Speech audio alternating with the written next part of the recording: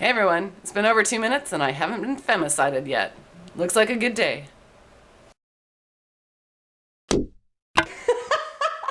Hi, I'm Diana Davison, a Canadian elf, eliminator of legal feminists. In my last video, I mentioned a term, femicide, and I'm going to get into explaining that a little bit more in this video. When I first heard the word, I thought it was something like a pesticide. Yay, we finally got a product that can keep the annoying babble of women in the distance. Alas, no. When you Google this and go to the Wikipedia description of what femicide means, you'll find a description by Diana Russell, who's the pioneer of the term in trying to engage the public in accepting this term, that she defines it as the killing of females by males because they are female.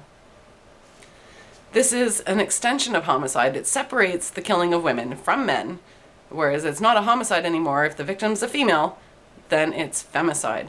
Women. I was just going to ask you about Aboriginal women because you pay special attention to that. Tell us what you found. Well, Aboriginal women are wildly overrepresented in the category of women who kill, and that's of course because they're also dramatically overrepresented among the victims of intimate femicide. So they're at a very high risk of being murdered by male partners, something like 8 times the risk that non-Aboriginal. You gotta back that up a bit. Women are wildly overrepresented in the category of women who kill, and that's of course because they're also dramatically overrepresented among the victims of intimate femicide.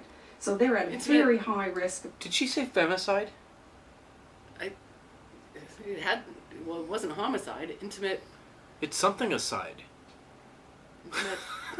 Are they making up new words? Of course, because they're also dramatically overrepresented among the victims of intimate femicide. Intimate so they're at femicide. a very That's what she high said. risk of I'm gonna being look it up. femicide. I don't think that's a female. word. Femicide. My ass. Intimate femicide. This is a law professor, right? Yeah. L. Felony. Fender. Feminize, Feminize? feminism, Feminism? feminine, femme fatale, femur. There's no femicide. Female. Femicide. I guess we're gonna have to go to Google. Now, on the Wikipedia page, they acknowledge that men are the primary victims of murder, but they say, however, intimate partner femicide only accounts for 5 to 8% of all murders of men, disproportionately affecting women to a large extent, making it a gendered problem. So, they invented a word that only applies to women, right? It's the killing of a woman by definition, and yet somehow or another, men have managed to get 5 to 8% of this market. Must be the patriarchy. So why? Why do we need this word femicide? What they want to do is make sure that men who kill women go to prison for a longer sentence. But they don't want to introduce something into law that might end up having a kickback effect on women who murder. So if they can separate homicide from femicide, then they make sure that their new law will only affect men and will elevate the deaths of women to make their deaths more important than the deaths of men. If we allow this to happen, what we're doing is continuing the gendering of the legal system that feminists have implemented already, using things like battered woman syndrome and all the efforts of LEAF, the Canadian Legal Education and Action Fund for Women. And their goal is to separate how the law applies to women from how the law applies to men, by claiming that women are an oppressed class and that their life circumstances need to be taken into account in both the charging of crimes and the sentencing of crimes.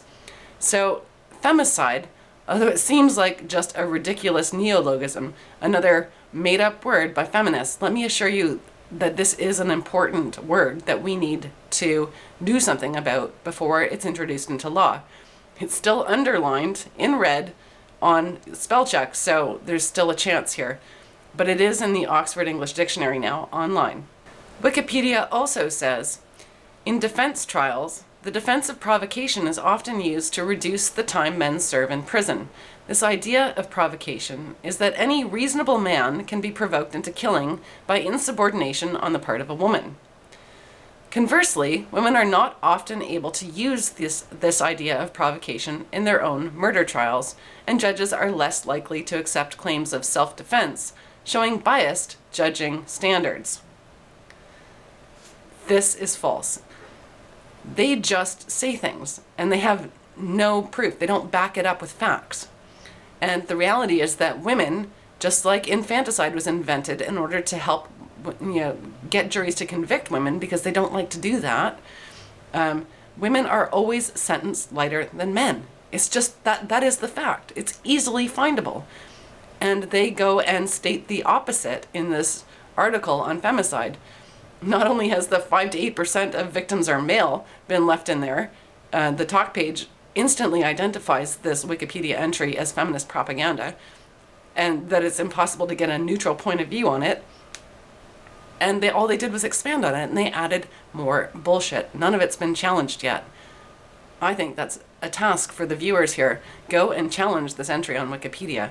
There is endless bullshit on this. And the word itself is a serious threat to liberty and justice. Additionally, they confound the purpose of provocation as a defense and the purpose of self-defense as a defense. Provocation is a partial defense. It has been used in the past a lot by men in order to explain why they lost their minds and killed somebody. But it's a partial defense because they're still accepting the fact that they broke the law.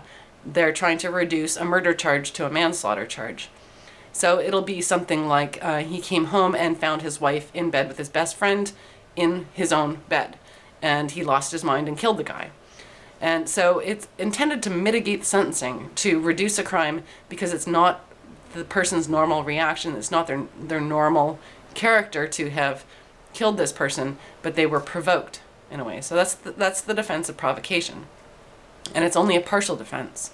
Self-defense is actually a complete defense, meaning if you succeed in your plea, then you will be acquitted. And self-defense is what the battered woman syndrome uses.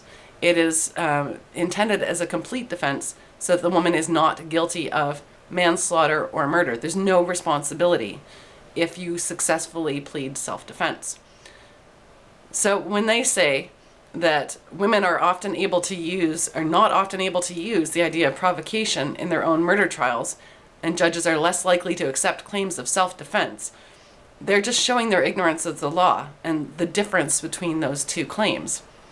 What they're actually doing is comparing cases like suddenly losing your mind because of the situation you're faced with, and cases where women have killed a sleeping man. It's taken some time, but feminists have actually enabled women to kill sleeping men and call it self-defense. If they can succeed at that, they can succeed at creating a new kind of crime called femicide, in which they can put more men in jail without the concern of women having to live up to the same standards of law. And now for the rape joke of the week. I like to theme these things, so in keeping with our commercial for femicide, ever been minding your own business only to find a feminist calling you a potential rapist? We've got a solution. Femicide. Rid yourself of those annoying harpies. Are you a misogynist? No. Are you a rape apologist? No. You're just a guy trying to get through a day without the incessant babbling of mindless idiots. If the majority of those offenders happen to be female, it's hardly your fault. Femicide. Keep your environment clean of bullshit. This week's joke comes from Thorin Dyer. How to get laid with Axe body spray. Step 1. Purchase Axe body spray. Step 2. Spray that shit in a bitch's eyes.